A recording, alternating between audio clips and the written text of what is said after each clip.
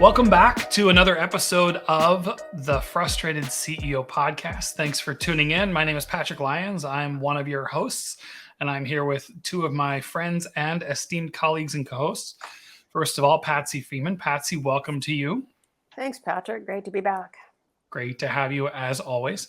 And welcome to you, Leb Tannenbaum, our other co-host. I'm going to turn it over to you and allow you to introduce today's guest. Thank you, Patrick. Well, I just have to say I'm really excited. I'm excited to introduce Joel Zlotnik, and he is a communications expert. But first, let me give you a little bit from his resume. So if you see me reading, I'm reading because the resume is so long. There's so many good things on here. I don't want to miss too much, but he is currently the strategic communications leader and department manager for public information at Orange County Transportation Authority. So Orange County, California, Southern California. Another thing he has on his resume and he's done in the past is he's been a news team leader. So he was in journalism, and a lot of, I'm sure, juicy things happened when you're in the mix with journalism. He was, at one time directing 20 reporters covering news all over Orange County. He's been a staff writer. He's been a city editor. And he currently works and really is a leader in his area and works kind of hand in glove with the CEO of the Orange County Transportation Authority. And so I connected with some information that the CEO gave me, and I thought I would just read one of the things that the CEO had to say about you, Joel. It's good, so I know it'll be fine. He said, I regularly rely on Joel for his insight and advice to help guide our agency through the most challenging issues. During the last year, he has successfully directed OCTA's internal and external communications related to our response to the coronavirus pandemic and its impacts on our projects, our services, and our employees. Under Joel's leadership, OCTA has delivered a unified campaign of frequent, clear, and consistent messaging that has maintained the public's trust. Now, trust is, like, to me, a big word, and retained high employee engagement despite a near 100% remote work environment for administrative staff. Additionally, he is managing an agency-wide effort to assess OCTA's policies, programs, and practices related to diversity, equity, and inclusion, and creating a framework and path forward for OCTA in this area. Joel has a lot to share about some things that may be really new to our listening audience, and he has most definitely the best handlebar mustache of anyone I've actually personally known. So I am enthusiastically welcoming you, Joel Zlotnik. Well, thanks, Leb. If I wasn't embarrassed by the intro, the mustache certainly got me. So. This way they won't be distracted, right? All right, we got Happy that to be here. included. So, Joel, lots of questions, lots of things to talk about. One of the things, maybe just to kick us off, is you talked to me once about how important in any of these communication platforms, any of these projects, any of these initiatives, how important it was to create a rhythm. And I thought, a lot of people in business aren't necessarily thinking the way you think strategically about communication. And that would be with the CEO, that would be with these platforms, all these platforms, all these projects. And I thought maybe we could start there and just talk a little bit about what have you learned, especially going through the pandemic and all these changes, about the rhythm of communication.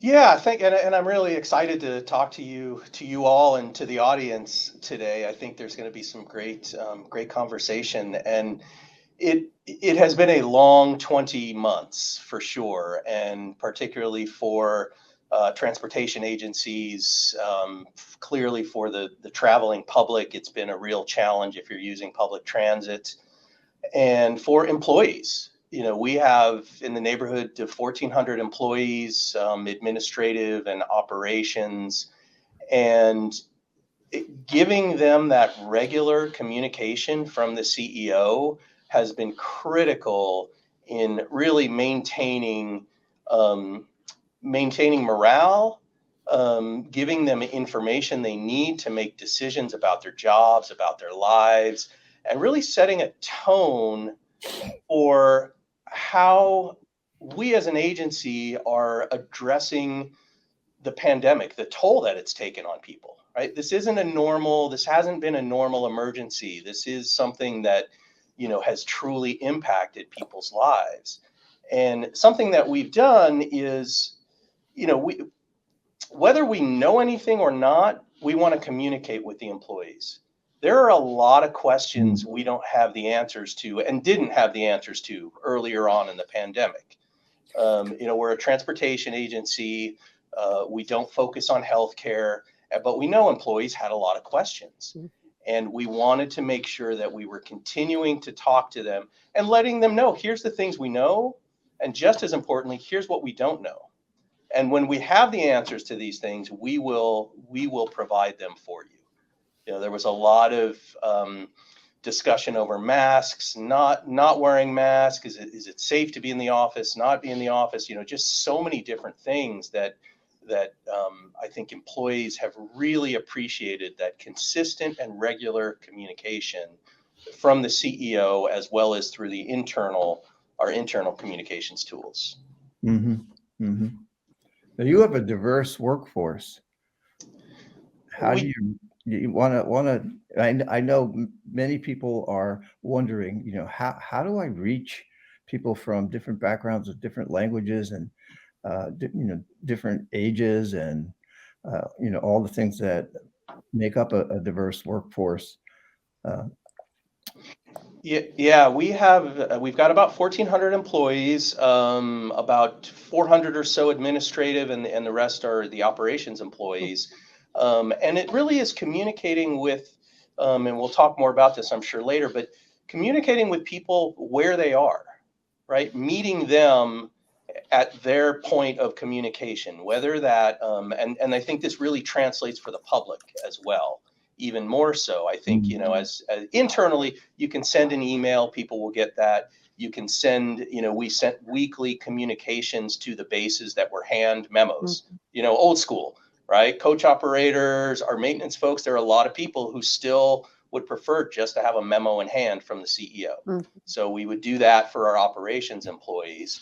For the public, it really is, translating materials into the languages and the communities that you serve is very important. Reaching them on your website, reaching them through traditional media, advertising, social media, all of these different platforms to make sure that you're trying to, again, meet people where they're getting their information. Mm-hmm. Mm-hmm. Joel, in that process, and maybe it's just the opposite of everything you said, but what are some of the bigger miscommunications, or what are some of the bigger mistakes that companies make in trying to communicate? Or, I guess the obvious one is not communicating at all, or not communicating rhythmically and frequently. But for those that actually are trying, are there stories that you can share without necessarily exposing anybody? But some of the bigger mistakes that you've seen.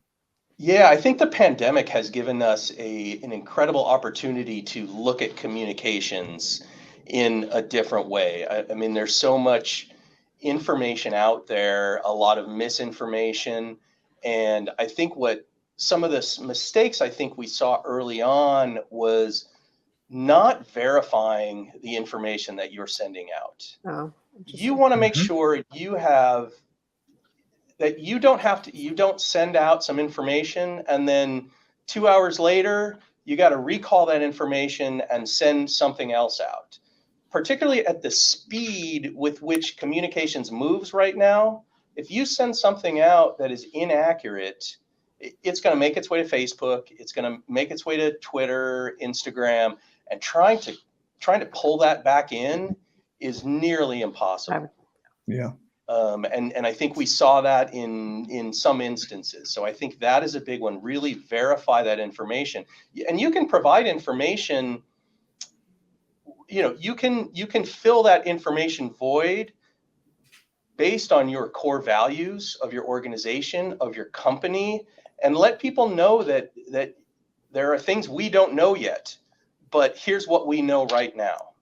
And when we know more, here's when we're going to tell you them. So it really, it is that continuous stream of accurate and timely information that I think is critical for the public, for employees, to really be receiving. Yeah. So I'm curious, there's such a desire to get the information out and get it fast.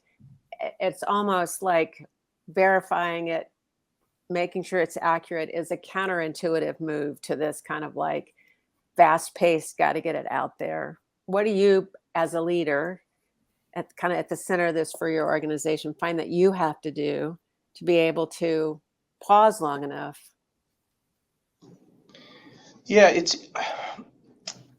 important to have a point of contact, right? To make sure that all of your information is funneling through one system or through one person, depending upon the size of your organization and the information you're getting out there, because you don't want something coming out of X department while Y department is working on some other information.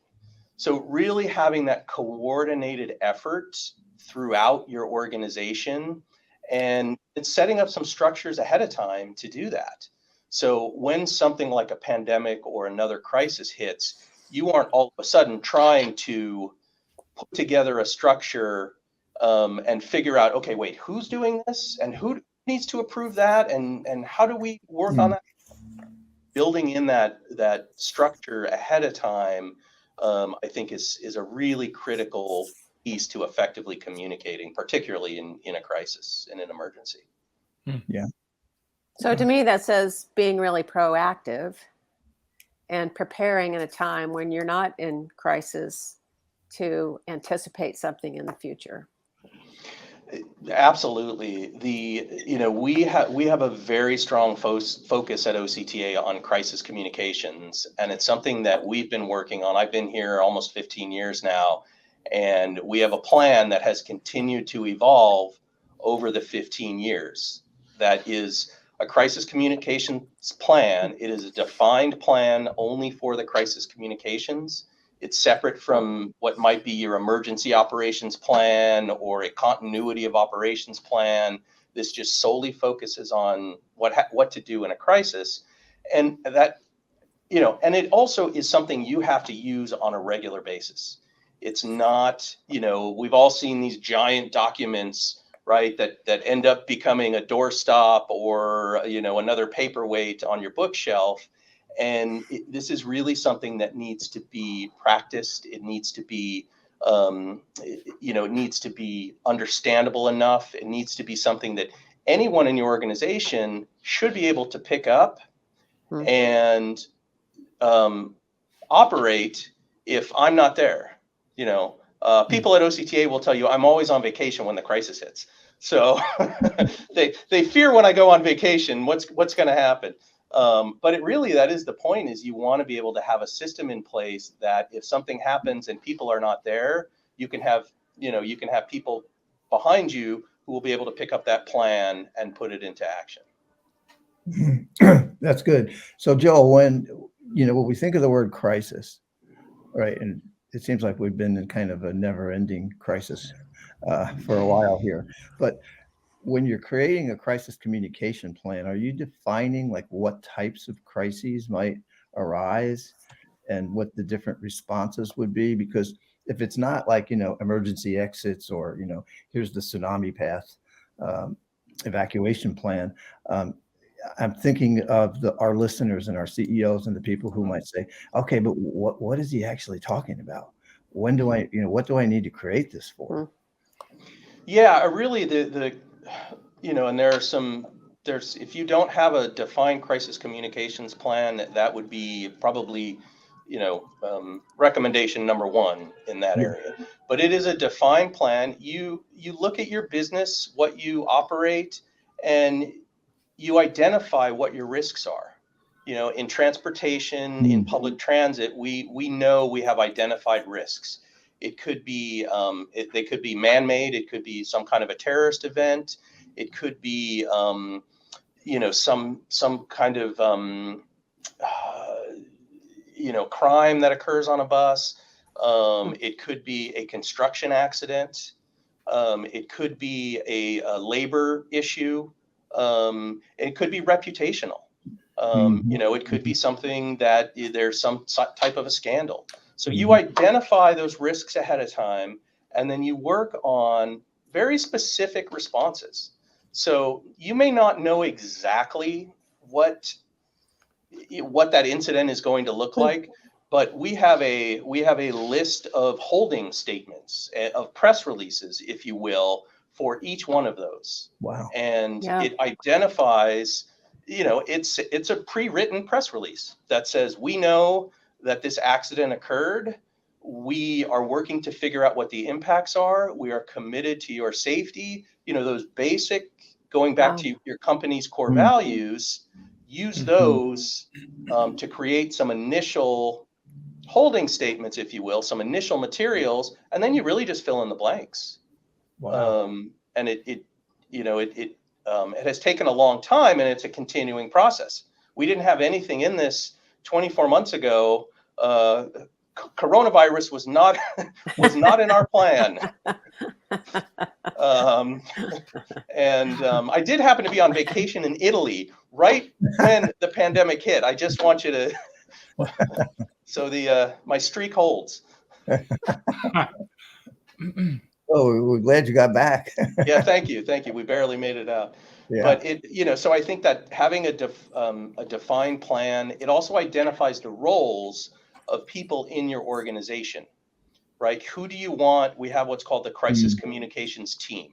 Oh, okay. So we have our public information office is a part of that. We have our marketing team in there. We have our external affairs outreach individuals. We have our government relations folks. And because you want to think about all those, who do you need to talk to in a crisis, right? You need to talk to your employees. You need to talk to the public. You need to talk to your board of directors if you have one, or your board of your company, and identify someone who is going to take the lead to get that information to them. So it's a little bit of a hub and a spoke, right? We have the information we create, and then you shoot it out to all of the audiences you need to reach. Right. Does it also include, Joel, who the communication might go to initially? So that people, it's an accident, do they go directly, depending on the nature of the accident? But if there's a fatality, do they go directly to the CEO? I mean, does that identify who receives that initial communication about a crisis? Yeah, we also have that system set up where there's a notification system. Okay. Where if something happens, and depending upon the level of what happens, that determines who gets notified. We're a public agency. Our board of directors are primarily elected officials from throughout Orange County, and we want them to hear about something that happens at our agency before they ever hear about it from the media, before they ever see it on social media. So as soon as something happens, we will send them an email notification and let them know. And our CEO will typically do an immediate contact, whether it's a text message or a phone call, to the chairman of the board and the vice chairman or chairperson, and let him or her know what has happened. Just so, again, we don't want anything to be a surprise. It's unfortunate, but we're in an industry, we're in a business where things are going to go wrong. I mean, I'm assuming that every listener here is in a business where things can and will go wrong. So being prepared for that is just critical. Wow. That's great. Joel, something you said earlier, it reminded me of the managing the rumor mill.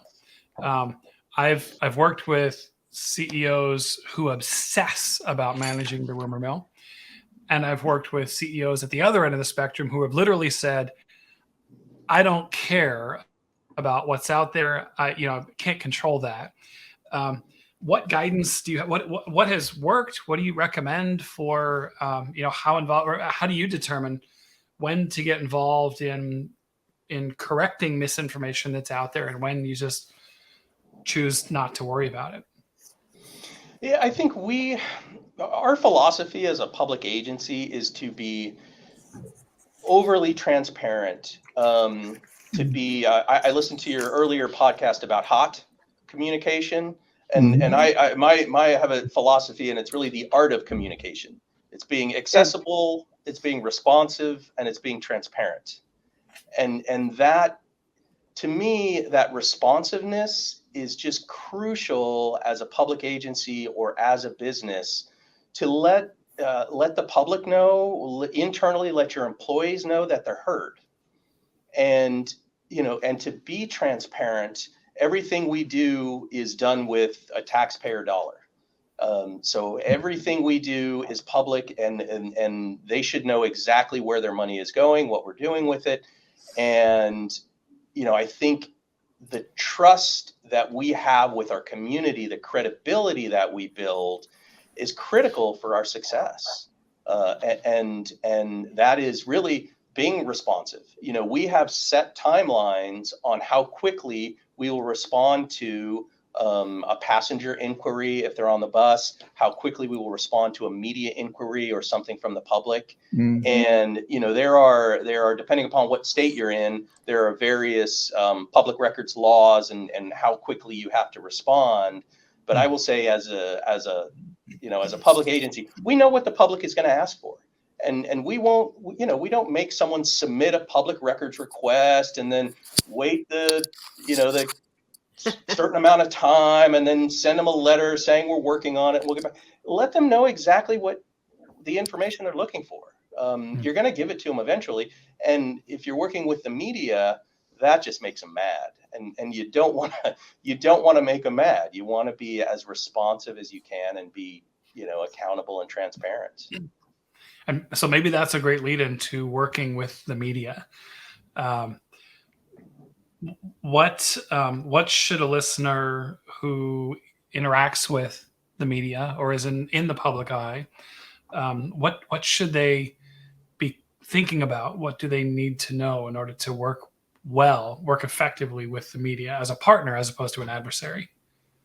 Yeah, I think going back to your and kind of dovetailing on the last question, it's you can be a CEO, or you can be an agency, a company that is open to talk to the media, or and the public, or you can be the other way and really ignore what's going on out there. And I just have found that it doesn't serve you well in the long run to avoid the public, avoid the media, ignore your problems. I mean, among all of us, when has a problem ever really gone away, right? If you just, let me just push it under the pile on my desk here, which is neatly hidden out of view. So I think you really have to be that open and transparent. It's important with working with the media to remember that who your audience is, right? If you're talking to a reporter, whether it's TV or radio or a web-based publication, you're not talking to that reporter, right? You're talking to the person who is watching that show, who's listening to that podcast, who's reading your story online. And I think that is just CEOs are incredibly smart people, and they probably have more information in their heads than any of us really care about or want to know about. No offense to CEOs or any CEO in particular.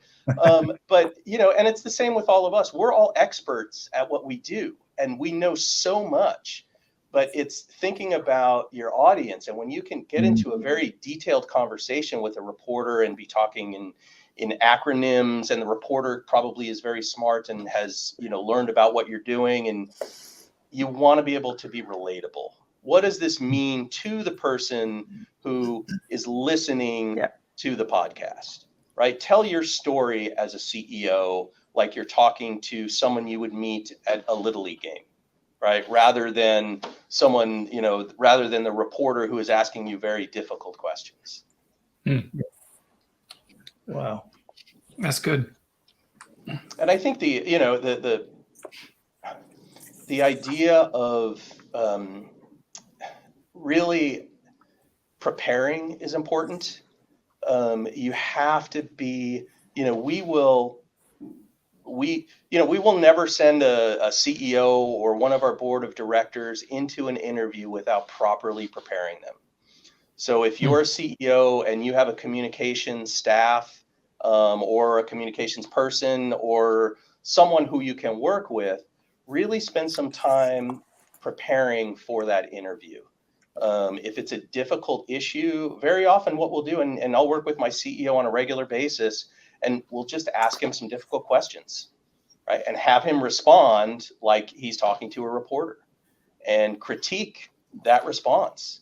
That worked well, but maybe if you framed it this way, maybe if you, said something a little bit, made something positive, don't repeat that negative term, turn it around.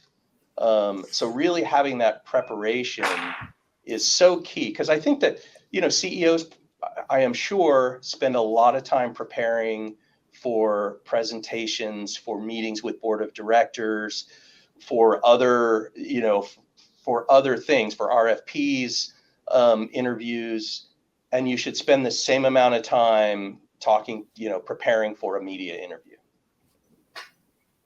Well, for me, it goes back to what you're talking about. I don't know if these are some of your core values or not, but it's about building trust and credibility. Yeah, that's kind of like, foundation of building relationships. That's absolutely true. There is, you can lose your credibility so quickly. And it takes years and years and years to build your reputation as a CEO, to build your brand as a company, and that can go away in an instant. And particularly with social media, with the platforms out there, if you aren't part of that conversation and you aren't responding to what's going on out there, it's a real missed opportunity, and you can see things go south very quickly. And there are ways to respond and have your position out there to correct misinformation. You may not be able to change opinions. We don't try to debate opinion in a war on Twitter or a war on Facebook, but if somebody says something that's factually incorrect, we want to make sure that gets corrected. Right. So it's an interesting dynamic. You talked about social media. You see, because of social media and the visibility of not just people, CEOs can be they can become celebrities, just like actors, actresses, sports folks, people who are on your television. CEOs can be just as celebrated. Do you have a list of do's and don'ts for the CEO who is approaching that or considering that, or just maybe not even considering, but just thrust into the limelight? Yeah. I'm in the limelight. I'm a CEO. How would you coach me to not destroy my credibility or my brand or the company's brand? Yeah, I think the number one thing is be who you are. Be yourself to your employees. Be that same self to the public. Be that same self to your family, your friends. Be consistent with who you are. It really is important. You can't. People know when you're not yourself. When you're inauthentic, it is so clear. So it really is important to be yourself. It's funny, when we do specific interview training for people who are doing TV interviews, and I'll do this with people, I talk with my hands. You could probably see that. And it's even in the little box. So we tell people, if you talk with your hands, talk with your hands. It's okay. Don't try to be someone else on social media or in an interview that you aren't going to be if you're having that same conversation in the conference room or in the cafeteria with a small group of employees. Right. So I think that's really important. I think that, the other thing is tell the truth. I mean, it's maybe it's simple, but don't try to make something up. If you don't know an answer, and this I think is really important for media training and frankly for just communication as a whole. If you don't know an answer, say you don't know the answer.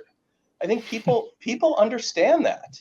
Don't try to dance around it. Don't make something up. Don't, just say you know what, I don't know the answer to that. Wow. Let me check and get back to you.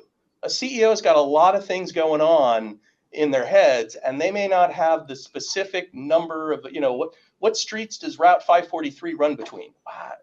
Let me get back to you. It's okay.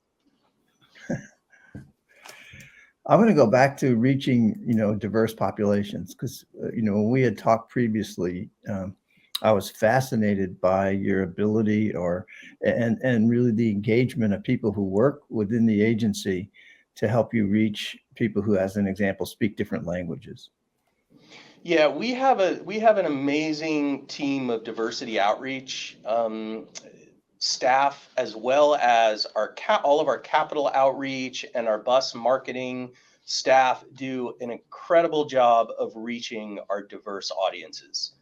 And it's everything from translation, translating information on your website, translating information at public meetings. We've recently started doing throughout the pandemic, as we've all been on these virtual platforms, we've started doing breakout rooms that we've been testing, where if you go into a public meeting, there's a room for Spanish speakers, and there's a room if you speak Vietnamese. And I think it's really a great opportunity with some technology to reach people in a different way. And it's also reaching them where they are.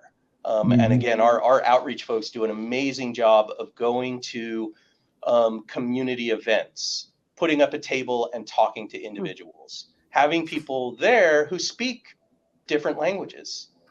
And being able to communicate with them in language. And Orange County is an incredibly diverse community, and diverse in population, in languages spoken. So as a public agency, we have to find ways to reach all of them. And we continue to evolve. We're continuing to work on that.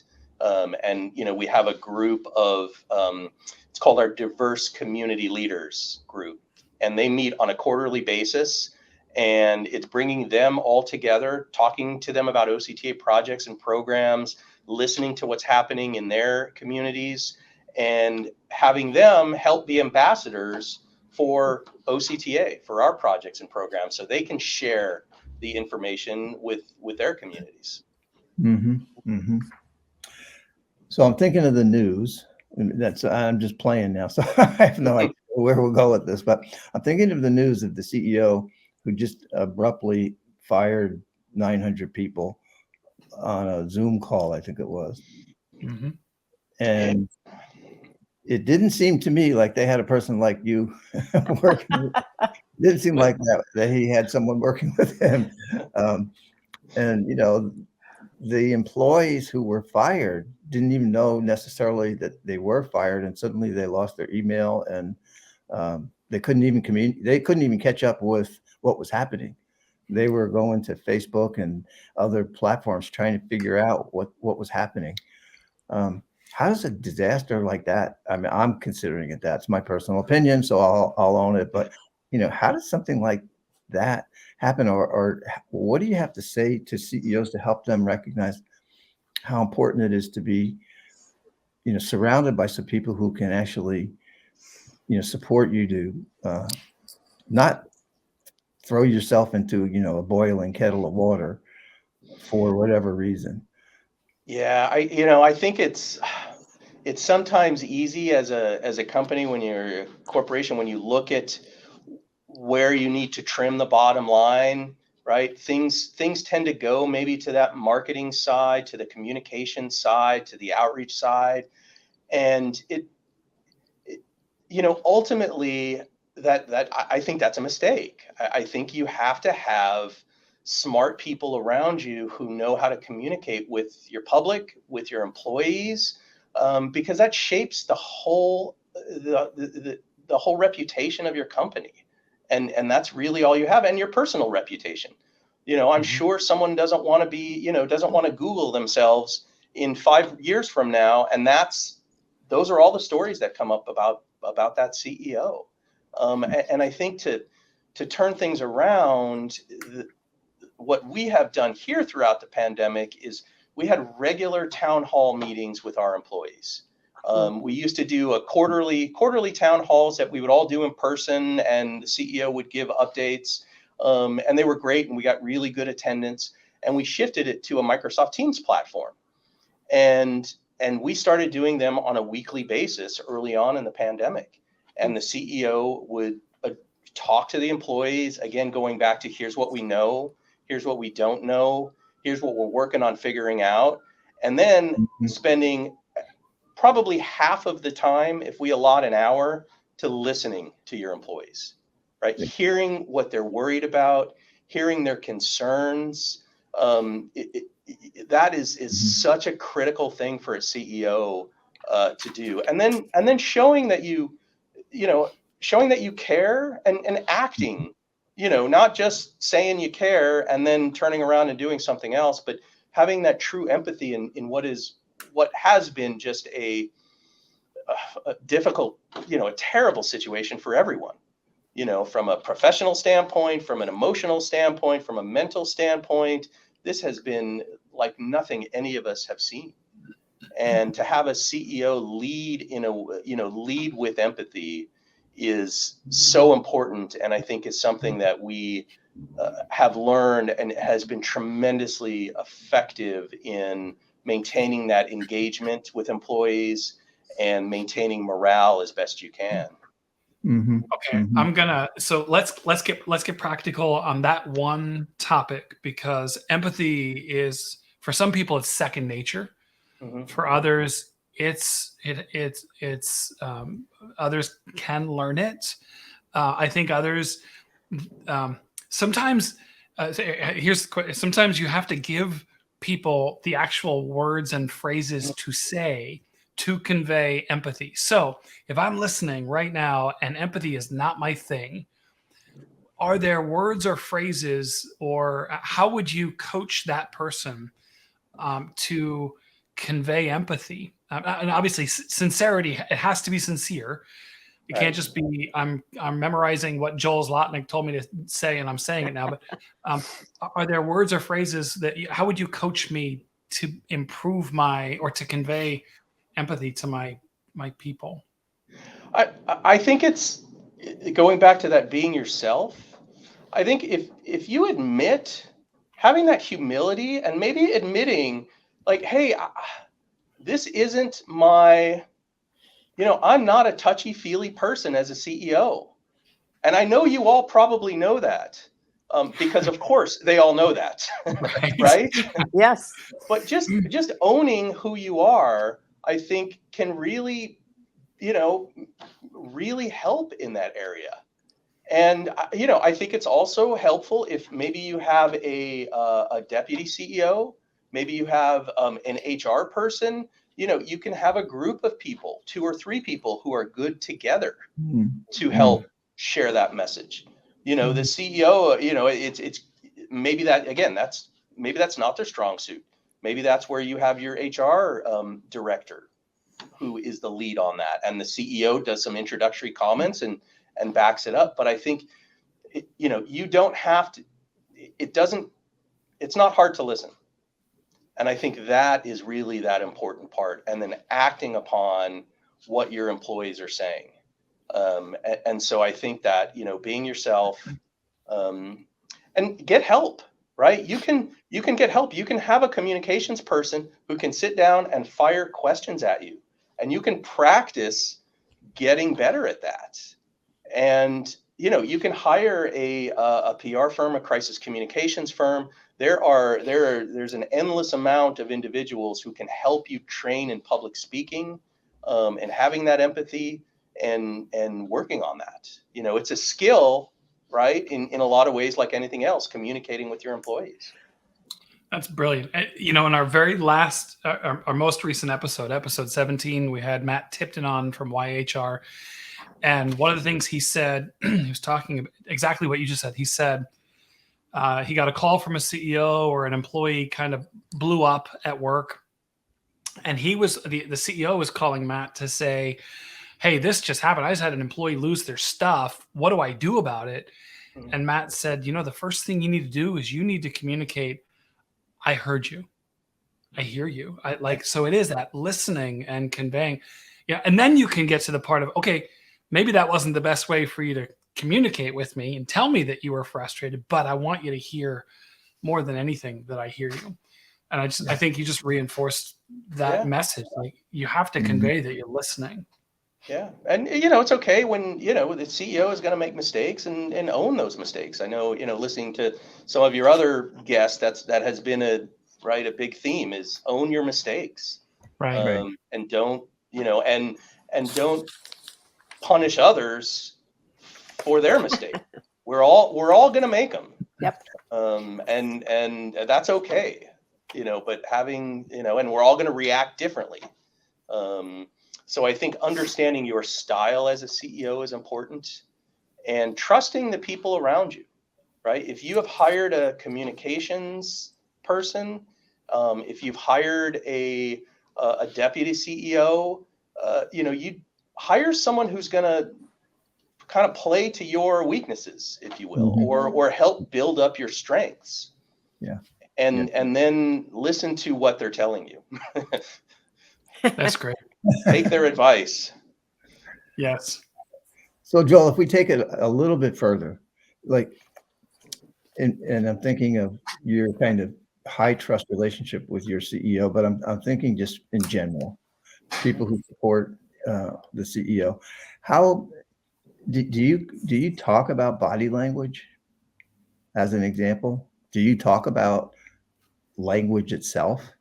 Like I know, we were together in a program, and there was a transportation leader who threw out a lot of strong language, kind of relied on the F-bomb and, those types of things as part of the message.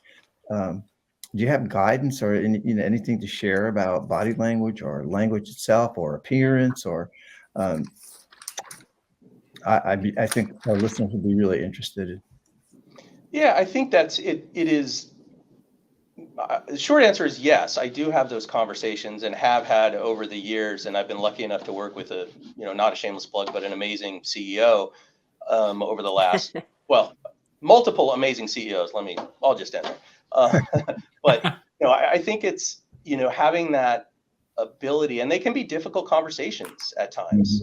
That over, I'm thinking of people I've worked with in the past who you ever have a friend who mispronounces a word? Yeah. Right.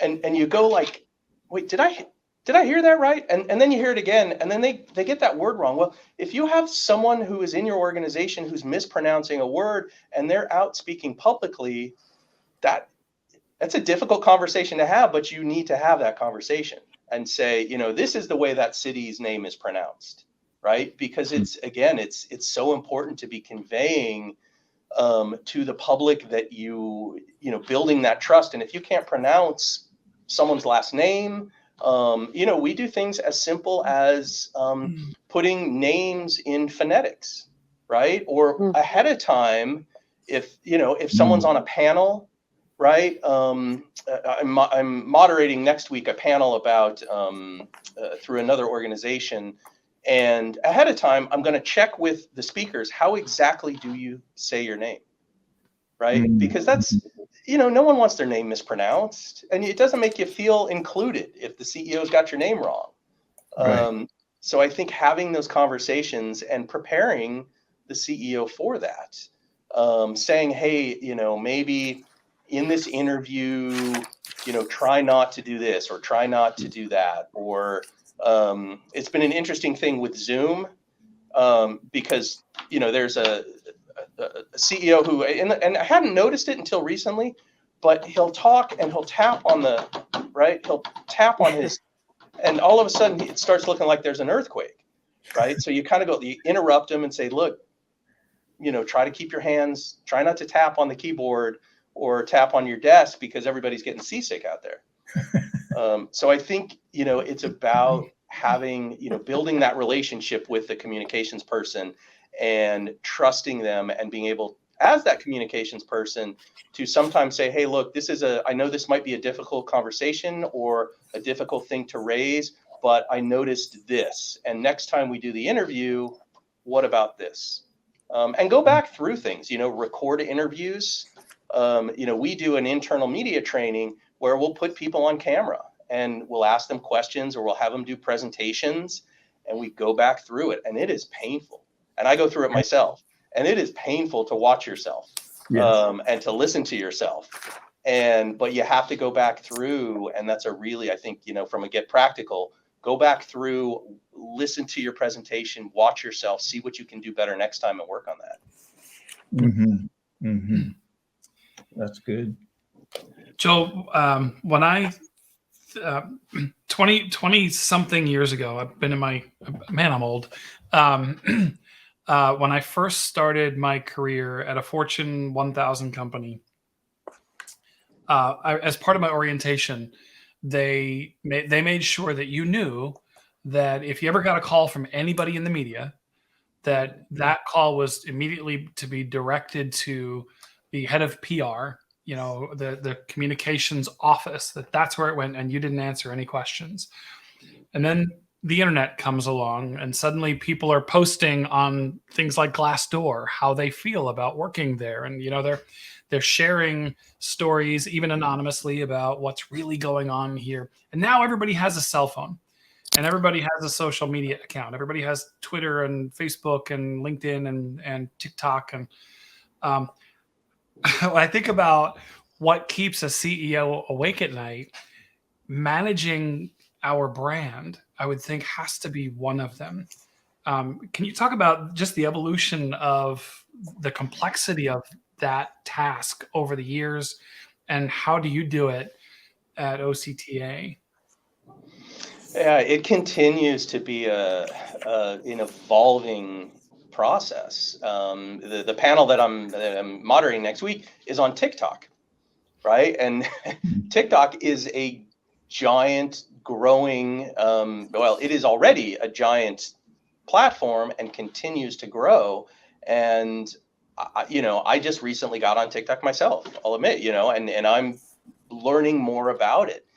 So I think that continuing to learn about the platforms, if you're a CEO who isn't very technologically savvy, maybe work on that. And maybe try to get an understanding of what the different platforms are, who you're trying to reach.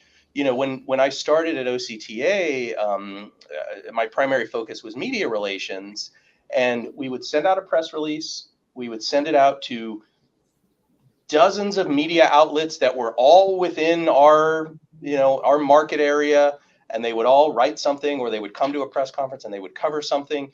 Well, 95% of them are gone. Yeah. And so it is such a challenge now. You have to be very, it was sort of the shotgun approach to communication. And now you really have to look at these surgical, being very precise and surgical strikes, if you will, right? Creating some content. And it's a similar idea to that, same like hub and spoke concept, right? You've got the information you want to get out, and you still do a press release. And then you take the press release and you condense it for Facebook, and then you maybe condense it even further for Twitter, and then you find a photo that is great with whatever it is you're trying to promote, and you put that on Instagram. And then you can have your CEO, or maybe you help him or her, and you put it on their LinkedIn account, and share it that way. I mean, LinkedIn is such a great resource for businesses. And I know that, our CEO is active on there, and I think that's a really great platform. If you're a CEO focusing on business, that might be a great way to explore your social media skills. Right. Joel, what about the demographics of those platforms? Is that kind of in the context of understanding your audience? Because it seems like they're different, It is, and I think it goes back to that. What's the message you're trying to get out? Who are you trying to reach? And can you reach them where they are? Facebook is no longer a primary way that younger people on social media are getting their information. Right. But it is, older people are really, Facebook is where people are going. And these emerging platforms are really important. And so you just have to find multiple avenues to reach people. When we do outreach for construction projects, if we're doing a bridge closure in a particular area, we can work with Waze, the navigation app, and have them, we work with them on our 405 project to have them have our closures on there with the latest information. But we know that there are a lot of people who may not be using that. Yeah. And there are neighbors who live in the neighborhood who, what we still old fashioned, go out and put flyers and hangers on their door. So you have to, it really is not a one size fits all method to communications. It just takes a lot of work to reach people where they are. And it takes having a strong team, and having a team that continues to evolve and understand new technologies and new platforms, and having a leadership that supports those. Right? You may not understand as a CEO what TikTok is, or ever think you're going to use it, but trust that the people you've hired to be your experts in communications and public relations know that this is the right avenue for us to go, the right way that we should be moving. Yeah. That's good. I feel like everything you just said is the business case for why I need an internal communications team in my company. And I know there are many companies that don't, whether they just try to manage that as part of the HR process, or that the CEO or the executive team manages that. But I think you're right. Unless I'm up on all of those platforms and all that was a great question. The various demographics associated with each, and then knowing the end user and what's the message, and how does it, Joel, how each platform you've got to condense it down, add a picture. I can't possibly do that and still run my company. I just feel like that's a key point. There is a point you need an internal communications team to guide you in that process. I think it is really important. And again, depending upon the size of your company and your organization, we are lucky enough to have a very comprehensive outreach team, external affairs team, marketing team, public information office, and are really blessed with the support of our leadership, of our board of directors, and I think ultimately it pays off as an organization, right? You're going to see those returns, and you should measure those things, right? You should do periodic surveys, engagement surveys. You should do. We just recently completed an attitudinal and awareness survey of our agency, and how do people know about us, and for the people who know about us, what do they think about us? And then it goes into all sorts of information, and it's really important to understand what people are saying about you, and work on that. Yeah. That's really good. I have one or two other quick questions. Maybe we're getting close to wrapping it up, but you can't control everything, right? And so you prepared and you're holding a town hall and somebody asks some kind of left field zinger that maybe shouldn't even have been asked in the first place. Do you have any guidance? I mean, because it seems like there's more of that now. You know, there's school boards now where people come in and they just throw flaming comments out, or even insult an entire demographic of people. And there you are, and you're there with your CEO, and this kind of thing happens. Do you have any guidance for our listeners, for CEOs, for leaders in general that say, man, do I just say I'm not even going to address that, or what? How do you deal with that? Yeah, that's a tough one. I think there are, depending upon what it is, as a public agency, we're in a public forum, and we have spots in all of our meetings, and the public can get up and they're free to say whatever it is they choose. Yep. It's on our internal town halls for employees, you have the ability to ask an anonymous question. And, okay. And we'll get some of those questions as well. It's easy for people anonymously to, throw some zingers out there. And I think it goes back to really, try to focus on the positive, try to focus on your core values as an agency. There's a term in communications called bridging, finding a bridging statement. And that is, it's really, and there's, in our media training there's a whole, I've got a list of about 100 of them. And it's, how do you turn the conversation back to something positive? So you may get something like that, and you could say something to the effect of, I hear what you're saying, but what I really want to focus on is this, right? Or you know what, I appreciate your insight. Maybe that's something we can talk about later, but let's focus on the big picture today, which is this, right? So there are ways that you can turn that into your positive message. And I think that goes back to, a little bit of preparation, kind of expecting that you're going to get. Yep. Yeah. You're going to get that. And I think it's strong, it's important for a leader, for a CEO to practice those things and not get flustered, jumping back to a media tip. If you notice, when typically on a news show, right, if you're watching the news at night, you don't see the reporter asking the questions, right? You see like a 6 or 7 second soundbite, if you're lucky, from the CEO, from the spokesperson.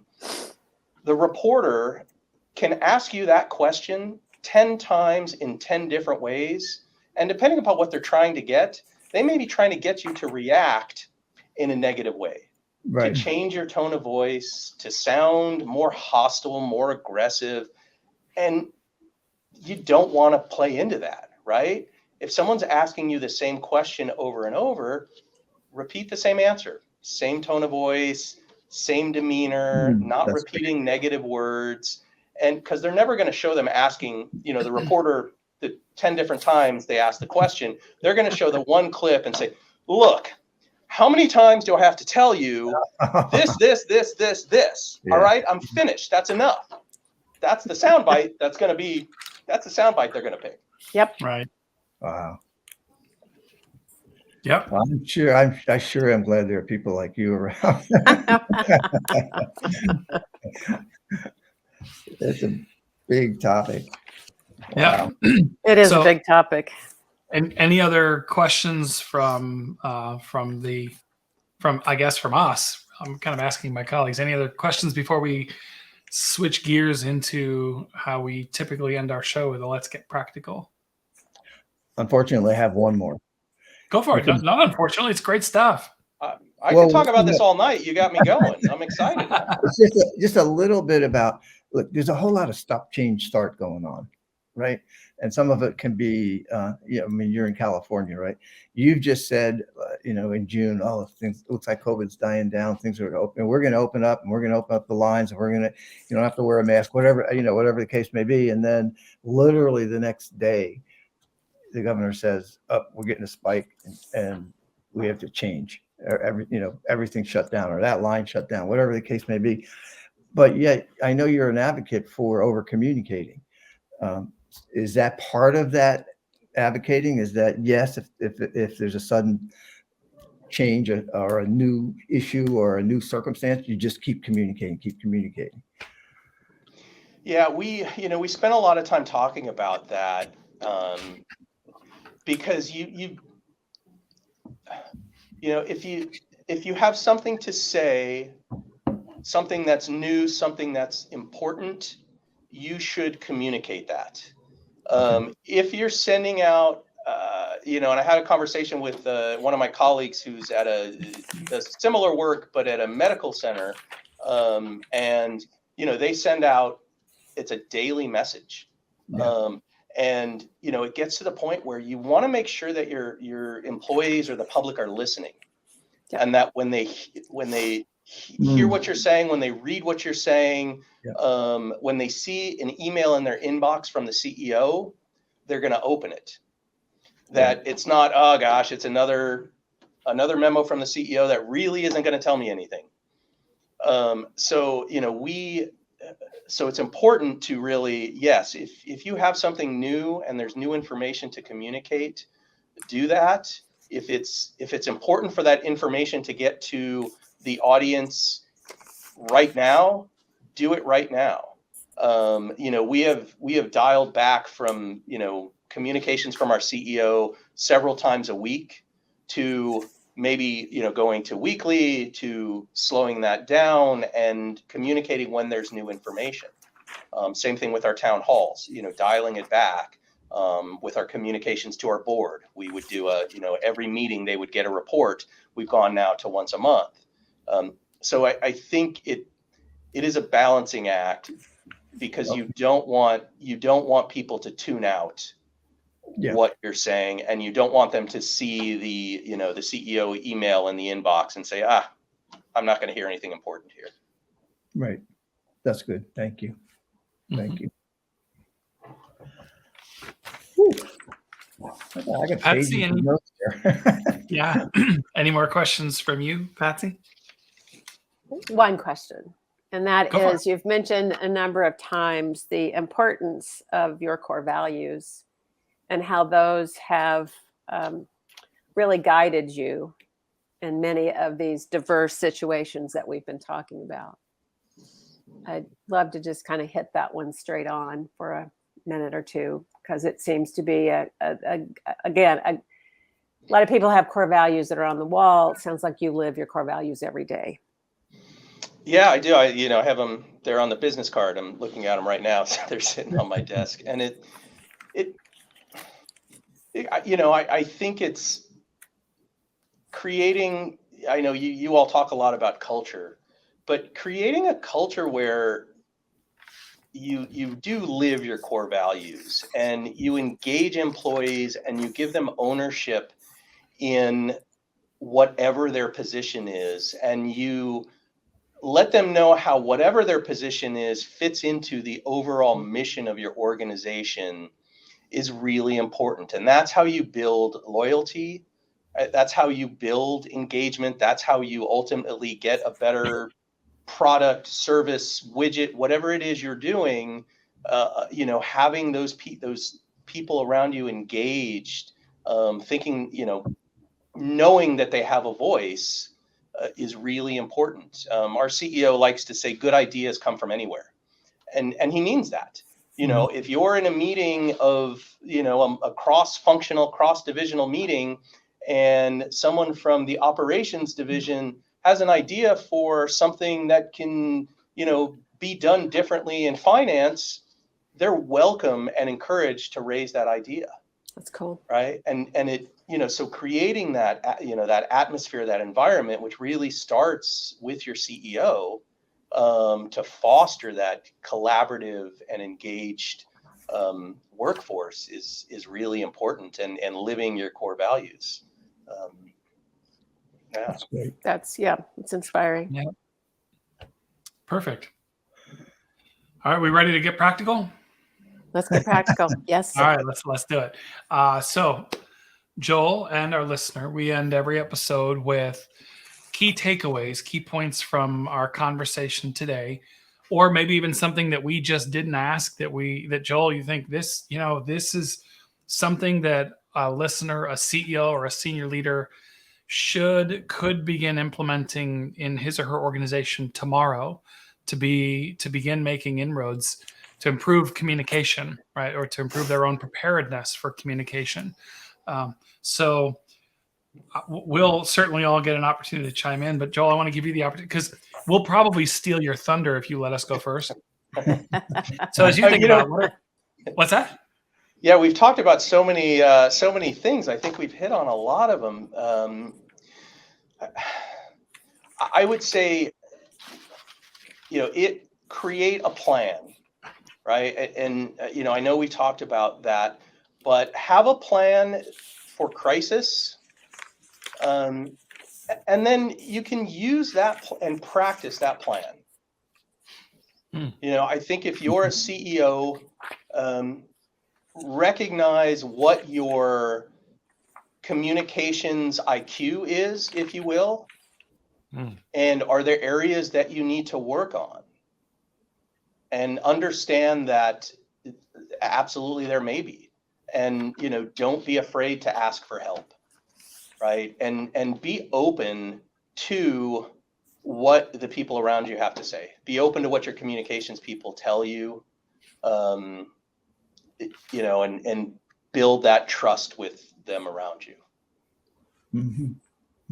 I think if you're, be willing to have those difficult conversations, and be willing to take criticism. It's not an easy thing for anyone to do. Nope. I would say if you don't have any social media policies for your organization, it's probably a good thing to do that. What are the things we're going to respond to? Who in the organization will respond? Have some set messages that you can use to respond, I think is really important. And I think identifying your diverse audiences, right? How do people want to, how do they want to get their information? Yeah. It was all great.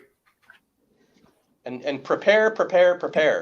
Yes. I think is really, there is just nothing more important than doing that, because the image that you are representing everyone in your corporation, in your company, at your public agency, and they are looking to you, whether you're doing an interview externally, whether you're speaking to a community organization, whether you're speaking to employees.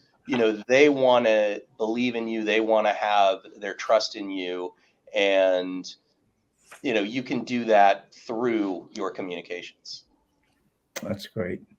Brilliant. Patsy, what do you want to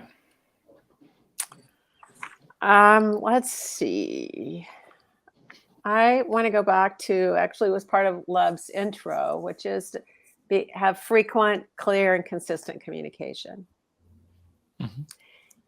And there's a cadence to that, depending on what is going on around you.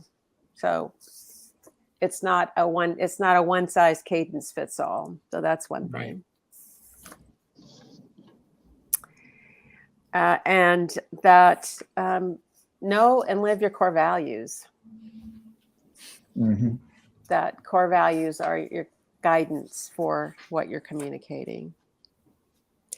And I loved it that, that core values are for you about engaging employees, which then allow them to take ownership. And when your employees take ownership, then innovation and creativity happens. Yeah. and is possible from each and every employee. Good. Absolutely. So that's what I would add. Leb, you've got pages. What do you want to choose from? No, it is a choice. It is a choice. There's so much. Thank you, Joel. I mean, just kind of a headline is don't underestimate the importance of communication. You're breaking it down to and showing us just how ultimately important it is. That it's very important to be authentic and be who you are and be consistent with that. We don't have to change for the audience that we're facing who we are. The message may change, but not who we are.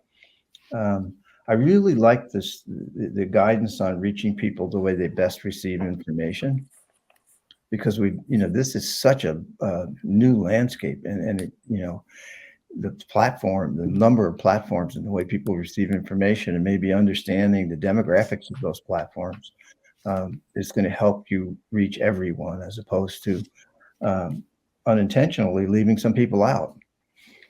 And the last thing I'll mention is that listening is a really important element of communication, and it helps you guide communication when you're really listening. You've basically shared that several times. So that's it from me. That's the let's get practical. Patrick, back Excellent. to you. I'll add a couple. Joel, you gave us practice the art of communication. Good. With art being that your communication is accessible, that it is responsive, and that it's transparent. I like acronyms, so that worked for me. That it's okay in communication to admit you don't have the answer. Right? It's sometimes I do think you have to give leaders permission to not know. Yep. It's okay. It's okay you're better off saying, I don't know, but I'll get you the answer, than you are shooting from the hip sometimes and potentially saying something that you may regret that then goes viral and bigger issues. On the topic of listening, which Leb, you've already made, what I would add to that, George, I thank you, because it was such great coaching for a CEO who potentially struggles with empathy. Not that they don't feel it, but that they have a hard time conveying it. And so you gave some really great suggestions, phrases that you can use. But I really liked the idea of, hey, if it's not your thing, then don't go it alone. Surround yourself with people who can help you. You mentioned like a deputy CEO. Bring your HR person along. I would hope that the HR person can exhibit empathy, right? But that you've got a team of people who can help you convey the message that we hear you, we understand, and we are empathetic about what it is that you're going through. Just thought that was really brilliant. And then this is just, to me, it's like a exclamation point on the whole thing. If this episode hasn't proven to you that you need a CEO, that you need a communication team as a CEO, I don't know what will, because there were so many aspects of this that I just think, gosh, how would a CEO, all of these things would keep me awake at night as a CEO, everything you've talked about. And if I had to, if all of this were additive to my job, I just don't know how I could do it. So there is a point where, I've got an HR person, I've got a finance person, I've got all these people that I think I need to help me run the business, and I do. It probably is time to consider adding a communications strategist, someone like you, Joel. So, and it sounds like. Go ahead. No, I was just going to say along those lines. It's that's this. I think people sometimes maybe devalue or that the importance of that this is a skill, it's a profession, it takes work, it takes practice in various areas, and it's not something that everyone is good at, or just because you write a good memo, you can be the communications person, right? Or you find the person and so anyway, yeah, it is really important. Yep. Great. I agree. I do think it is undervalued. So yeah, well done. Okay. Anything else? Any other thoughts for the Let's Get Practical? I think we Good. got it. Yep, I do All too. right, I think we got it. Joel, thank you for being our guest today. If anybody is interested in learning more about OCTA or getting in touch with you, if they've got questions, what is the best way for them to contact you? Yeah, our website is octa.net, and has all of our information. I'm happy to share my LinkedIn. You can reach me on LinkedIn. I'm pretty active there, so you just search my name, and you can find me there. You can find me on Facebook. You can't find me on TikTok just yet. I'm still working. When I figure it out, I'll let you know. Okay. Excellent. Good. All right. Well, then, listener, thank you for sticking with us to the end of the episode. We hope that you found this useful. We hope you got a lot of really good stuff today. You can find this episode and all episodes in all the major podcast libraries. You can also find these episodes on our webpage, which is thefrustratedceo.com. And the reason you might want to go there is each episode has the Let's Get Practical, and you can't find the Let's Get Practical in the podcast libraries. You can only download those directly from our website. So thank you for tuning in. Thank you to my esteemed colleagues, Leb Tannenbaum and Patsy Feeman. It's always a pleasure. I appreciate it. Thank you, Patrick. Yes. All right. And listener, we will see you again next time on the Frustrated CEO podcast.